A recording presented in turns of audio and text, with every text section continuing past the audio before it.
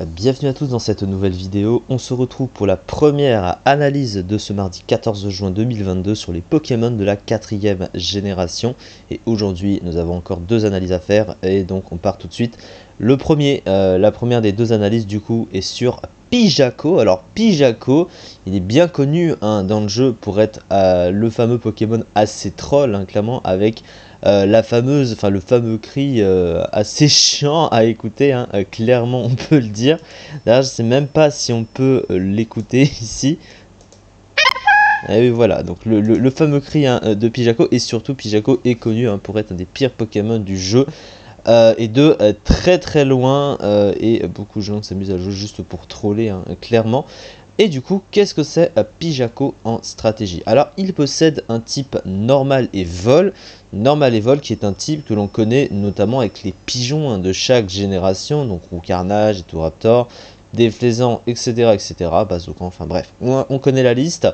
C'est un type qui est pas fou, clairement, autant défensivement et offensivement. La raison, le type normal en fait qui est apporté au type vol, n'apporte pas vraiment grand chose. Le type normal, peu importe le type avec quoi tu le mets, n'apporte jamais vraiment rien défensivement et offensivement. Alors il y a un stab en plus, évidemment, qui joue sur des attaques de type normal, mais le type normal n'est pas un bon type offensif, il est super efficace sur rien, et tu cherches pour un Pokémon offensif à avoir un double stab qui t'apporte offensivement. Or là c'est pas vraiment le cas, surtout qu'en plus le type normal a sa faiblesse au type combat et le type vol il résiste, donc du coup ça nerf un peu le type vol, parce que la résistance combat c'est un des 3 types super efficaces sur le type acier, donc c'est très pratique. Or là le type normal lui enlève, donc c'est vraiment pas incroyable. Il laisse les 3 faiblesses du type vol, le type électrique, glace et roche, dont la faiblesse au piège de roc en plus, sachant qu'il n'a pas accès aux grosses bottes, il n'est pas revenu dans Pokémon épée et bouclier. Il a 2 résistances insectes et plantes, bon c'est pas des types offensifs très vus, il y a la résistance à demi-tour, cela dit, et 2 immunités spectre et sol, donc voilà, c'est pas non plus si pire, mais bon, il a quand même des faiblesses très gênantes, et surtout, c'est pas très rentable pour autant. Offensivement, le double type déjà est résisté par le type acier. Alors il a accès à canicule pour passer, cela dit, les types acier. Mais quand ton double stab est résisté par le meilleur type défensif du jeu, ça reste toujours un critère à prendre en compte. Mais de toute façon, voilà, c'est le même point. Le point reste le même. Le type vol est un bon type offensif, mais le type normal beaucoup moins. Donc il va pas vraiment beaucoup apporter offensivement avec le type vol. Et donc c'est pas exceptionnel. Il est résisté par 124 Pokémon et super efficace sur 250. Bon, c'est pas ouf. Après il a un coverage notes assez correct, mais bon ça ne va pas plus loin, c'est pas ouf non plus. Au niveau des 3 talents du Pokémon, alors il possède Regard Vif qui empêche sa précision de baisser. Ça c'est pas terrible, surtout que les baisses de précision, à part avec Anti-Brume, tu les verras assez rarement, donc du coup c'est pas incroyable. Pied confus augmente l'esquive du Pokémon sous la confusion, donc là c'est moins pire, enfin c'est encore pire plutôt, pardon. C'est un talent plus inutile. Et cœur de coq en talent caché qui empêche les capacités de baisser la défense. Alors c'est utile, oui, mais comme de base de toute façon le Pokémon a un bulk nullissime, que tu baisses sa défense ou pas, ça ne change rien, il ne tank pratiquement pas les coups. Donc bon, c'est pas vraiment très ouf non plus. Au niveau des statistiques du coup, les stats elles sont pas folles, voire mauvaises dans ce cas précis. Alors ses meilleures stats, donc il a une attaque spéciale de 92, mais bon aujourd'hui 92 c'est vraiment pas fou. Et une vitesse pas folle non plus de seulement 91, il est à égalité en vitesse avec Démétéro-Stérian. Et donc du coup c'est pas forcément un très bon critère, parce que à partir de là et au-dessus, alors déjà si Landorus est Scarf et que lui ne l'est pas, parce qu'il voudrait taper plus fort à cause de sa faible attaque spéciale, et du coup c'est au détriment de la vitesse, et un Landorus Scarf le déboîte, et toutes les vitesses qui sont au-dessus sont plus rapides que Pijaco. Surtout qu'associé à cela, il a un bulk extrêmement nul, 45 en défense, 42 en SPDF et 76 en PV, ce qui est vraiment catastrophique. Il se fait one-shot de beaucoup d'attaques, de beaucoup de trucs, et une attaque de 65 qui le rend vraiment pas versatile. De toute façon, il n'a pas vraiment d'option à ce niveau-là, donc c'est pas trop grave.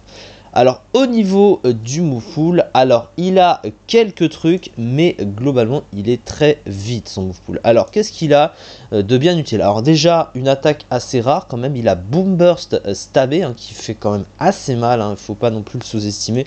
140 de puissance, avec le stab ça fait 210, même si l'attaque spéciale du Pokémon est pas incroyable, ça fait quand même d'assez lourds dégâts, c'est rapprochant un peu de Brouhaha qui a un point d'attaque spéciale en moins il me semble, donc c'est relativement les mêmes dégâts, donc clairement quand tu as ce genre de stab tu vas pas cracher dessus. Par contre, sur le plan de l'autre stab, le type vol, eh ben, il n'a pas d'attaque intéressante de type vol.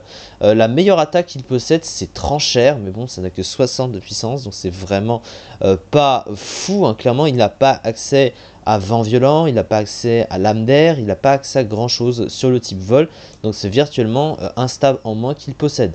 Il a accès à Canicule hein, pour être super efficace sur le type acier. Il possède Machination hein, qui lui permet également de se booster. Il a aussi accès à demi-tour pour faire le pivot. Il a Atterrissage pour se soigner. Il a aussi accès à Provoque, à Toxique, bon ça le classique.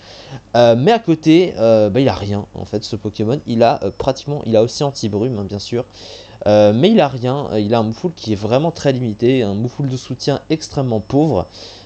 Et pas suffisamment d'attaque de voile et surtout un stab en moins. Le seul stab qu'il a c'est un stab de type normal, mais il suffit d'un Pokémon de type acier pour résister à son stab normal hein, évidemment. Alors même si Bombos risque de faire quelques dégâts sur un gros type acier défensif, ce sera compliqué et du coup derrière voilà. Mais de toute façon il suffit d'un Pokémon qui le dépasse et qui le tue, qui le one shot, parce que vu son bulk c'est ce qui va très facilement arriver. Bref, et puis le Pokémon est de toute façon extrêmement prévisible et son type est pas ouf et il va être en concurrence, il va être moins bien joué que beaucoup de Pokémon offensifs, plus rapides et tapant plus fort avec un meilleur bulk, cela va sans dire. Enfin bref, des Pokémon avec plus d'options, de meilleures options que ce Pokémon, qui soit juste meilleur, c'est de très loin trouvable, hein, je pense qu'on est d'accord. Alors la fiche stratégique, quand même une attaque spéciale et une vitesse correcte, l'accès à un stab très puissant Banque Sonic, un double type mauvais défensivement, sensible au piège de roc, de mauvaise défense, un Moufoule offensif limité, Babil interdit en PE. Alors oui, Babil, j'ai pas parlé, ah oui c'est sa fameuse capacité spéciale, ah oui j'avais oublié que c'était son attaque, autant pour moi.